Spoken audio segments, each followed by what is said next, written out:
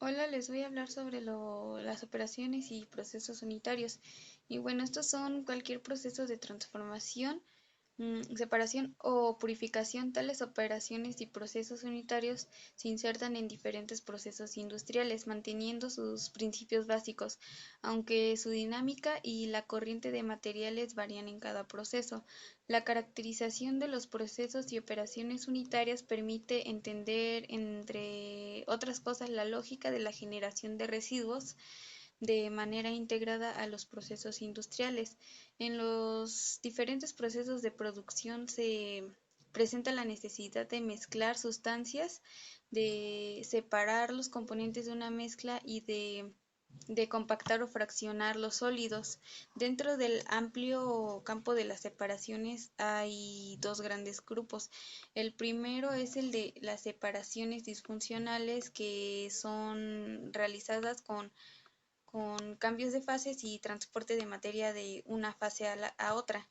Y el segundo es los métodos correspondientes a las separaciones mecánicas, que comprenden lo que es filtración, sedimentación, centrifugación y tamizado, entre otros. Hay una clasificación de las operaciones unitarias. Entre las más representativas están el transporte de materiales, el almacenamiento, la formación de mezclas, la separación de mezclas homogéneas y heterogéneas, la mezcla de sólidos y el intercambio de calor. Hablaré de la operación unitaria de transporte. En la industria es la operación física necesaria para trasladar materiales de toda clase, por ejemplo, las materias primas, productos intermedios o productos terminados, y estos es el transporte dentro, desde o hacia la industria. También se le conoce con el nombre de vías de transporte en la industria a las calles de las fábricas, las vías de ferrocarril, los tranvías aéreos, las tuberías, entre otros. Los medios de transporte son todos aquellos vehículos que se utilizan para transportar todo esto, como son los camiones, los vagones de ferrocarril, vagones cisternas, elevadores, bombas, botellas y válvulas para tuberías, entre otros. Ahora les hablaré sobre el transporte de gases. Y bueno, los fluidos industriales, gases y líquidos, son transportados y almacenados en envases y tuberías sujetos a presión en contenedores construidos principalmente en aleaciones metálicas. Los gases se transportan a través de conducciones fijas que forman un circuito de fluidos constituido de elementos funcionales, como son las bombas o compresoras, las válvulas, los cambiadores de calor, filtros, entre otros elementos. Desde el punto de vista de sus características físicas y de envasado, los gases se dividen en comprimidos, en licuados, en disueltos y en criogénicos. Los gases comprimidos permanecen en estado gaseoso dentro del envase, a diferencia de los gases licuados, que dentro del recipiente están en forma de mezcla de líquido-gas. Los gases criogénicos se encuentran a temperaturas inferiores a -100 °C y se transportan y almacenan en contenedores térmicamente aislados. El transporte por tuberías en la industria química: se pueden enviar diferentes líquidos por la misma tubería, haciéndolos circular uno tras otro y sin que se mezclen, por medio de un compresor. Técnicas como las que se utilizan para medir densidad del producto hacen posible que el receptor, ubicado en un lugar determinado, conozca la longitud exacta de los tramos de líquido que llegan uno tras otro. El transporte por bombas, pues las bombas son medios de propulsión para el transporte de fluidos y sólidos finos por tuberías. Cuando se requiere aumentar la presión de materiales gaseosos, se habla de compresores. Las bombas se emplean en el abastecimiento de agua en la agricultura, la industria y la minería. Ahora ya les hablé de transporte de gases, ahora les hablaré de transporte de líquidos. En el transporte de este tipo de sustancias deben tomarse en consideración sus propiedades físico-químicas, con el propósito de evitar accidentes durante su operación de transferencia. El transporte de líquidos puede ser por vagones y bueno, se clasifican por usos generales y de presión. La capacidad varía de los vagones de 7.500 hasta 180.000 litros aproximadamente, y un vagón puede ser simple o de unidades múltiples. También el líquido puede ser transportado por camiones cisternas. Los camiones cisterna pueden tener tanques simples de compartimientos o múltiples. Una característica importante es que todos los tanques llevan en su interior separadores perforados asimétricamente para minimizar las fuerzas de impacto. Ahora, el transporte por ductos. Los ductos son tuberías de 15 a 100 centímetros de diámetro y pueden alcanzar cientos de kilómetros de longitud. A lo largo de ellos hay estaciones de bombas que impulsan el líquido transportado. Los ductos sirven para enviar el petróleo crudo desde el lugar de la extracción hasta las refinerías, así como para la distribución de la gasolina desde una refinería hacia los grandes depósitos. Ya les platiqué sobre lo que es el transporte de gases y el de líquidos. Ahora vamos a hablar sobre el transporte de sólidos. El término transporte de sólidos se aplica en la actualidad a los productos manufacturados, que con frecuencia se convierten en materias primas para otras industrias. El transporte de sólidos se subdivide en dos categorías. El primero es el transporte de parte embaladas o semiembaladas y el segundo, el transporte a granel. La primera categoría es, bueno, en el transporte de piezas embaladas o semiembaladas, las unidades pequeñas como bolsas, cajas de cartón, botellones, latas, tambores o bidones suelen ser transportados en vehículos cerrados. Se consideran hasta aproximadamente 1 metro cúbico como transporte de partes embaladas. Entre los transportes más conocidos de partes embaladas se encuentran las camillas, las tarimas, los tableros, los remolques y tractores. Las camillas, tarimas, tableros o palets son plataformas portátiles sobre las que es posible manejar y almacenar materiales empacados. Los hay de gran variedad de tamaños estándar o hechos a la medida. El material tradicional para la construcción de tarimas es la madera dura de pino, y para unir las piezas se utilizan componentes como los adhesivos y clavos. Las carretillas son un transporte dedicado a volúmenes más pequeños. Es uno de los recursos que se usan con más frecuencia y de menor costo. Suelen ser de varios tipos. Siempre debe de tenerse en consideración la capacidad máxima de carga de la grúa para no correr riesgos de accidentes. Los remolques se usan para acelerar el movimiento de materiales, en especial con arrastres o rampas largas. Se usan dispositivos de enganche a las carretillas y camiones o tractores automotrices para mover trenes de remolques. Y la segunda categoría, aparte del transporte de piezas embaladas, es el transporte a granel. Este tipo de transporte se utiliza para mover cualquier volumen superior a 16 toneladas. La selección del transportador correcto para un material específico a granel en específico a granel en una situación dada se complica debido al gran número de factores interrelacionados que es preciso considerar, entre los cuales se encuentra la pendiente del transportador entre 0 y 90 grados, y la longitud de desplazamiento, la velocidad de arrastre, el tipo de material, los efectos residuales químicos y el volumen a trasladar. Entre los transportadores a granel más conocidos están los transportadores de tornillo sin fin, el transportador de banda, los transportadores vibratorios, el transportador de flujo continuo, los transportadores neumáticos, los hidráulicos, las palas mecánicas y los camiones tolvas.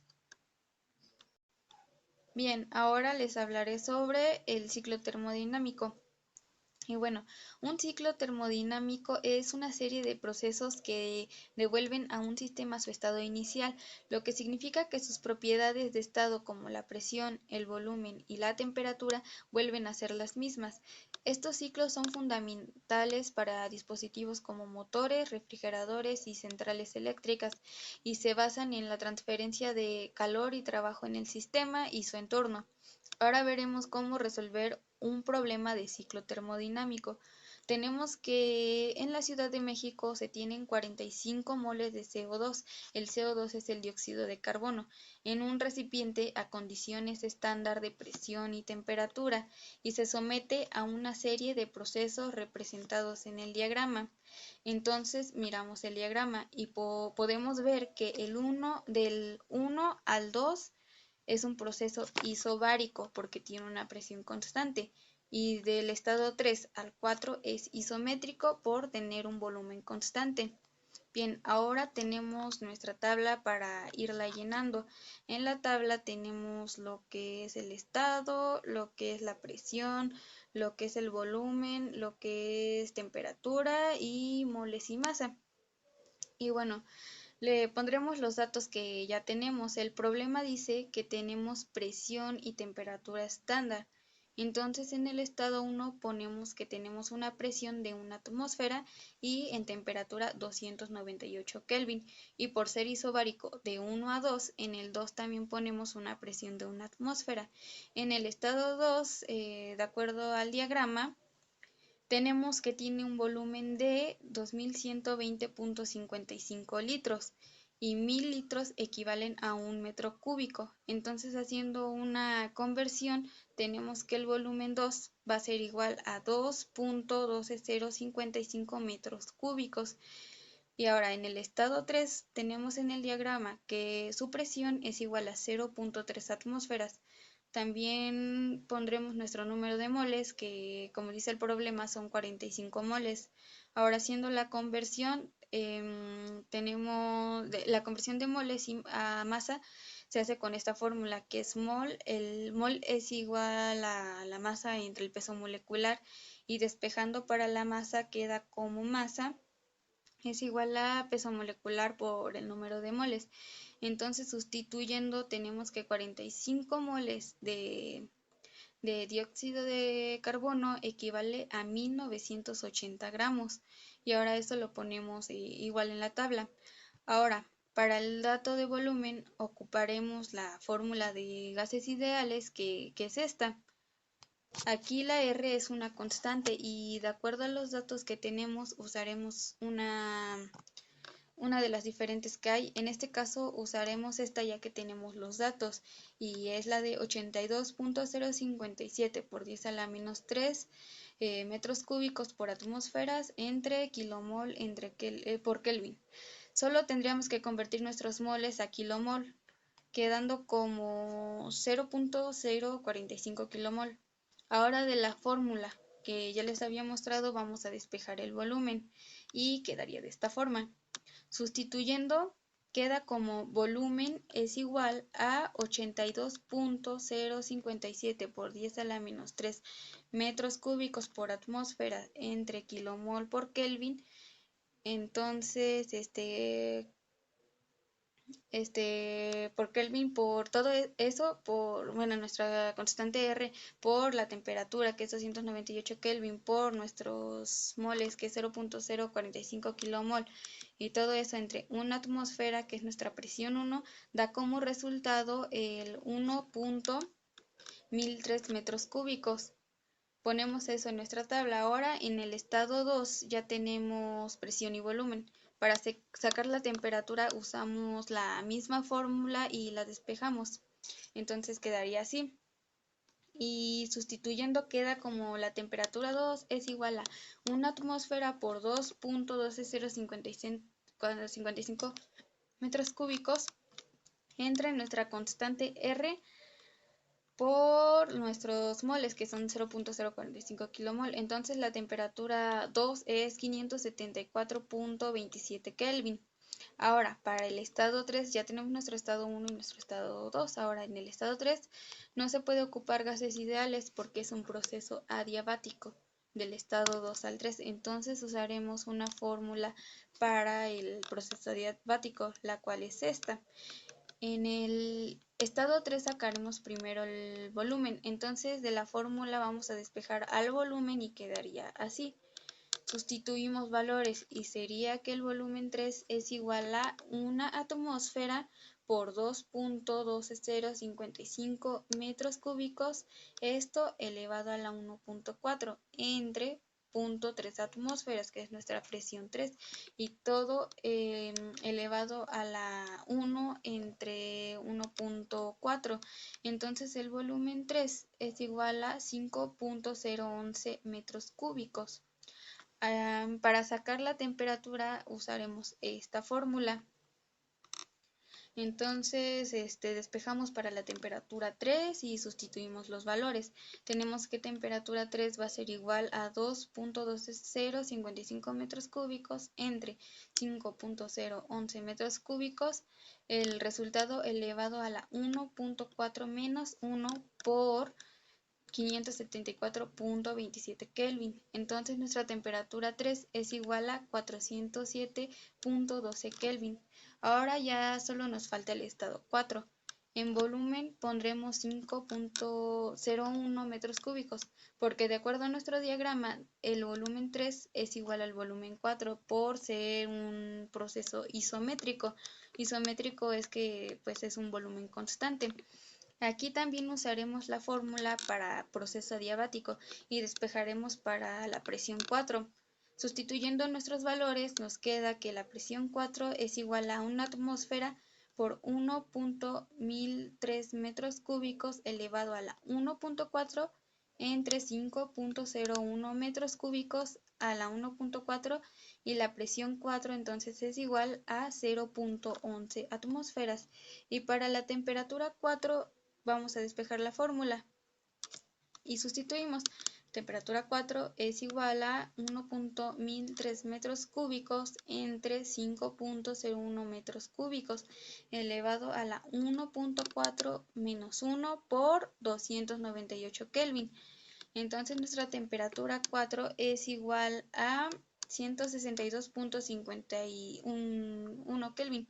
Y así queda completa nuestra tabla del ciclo termodinámico.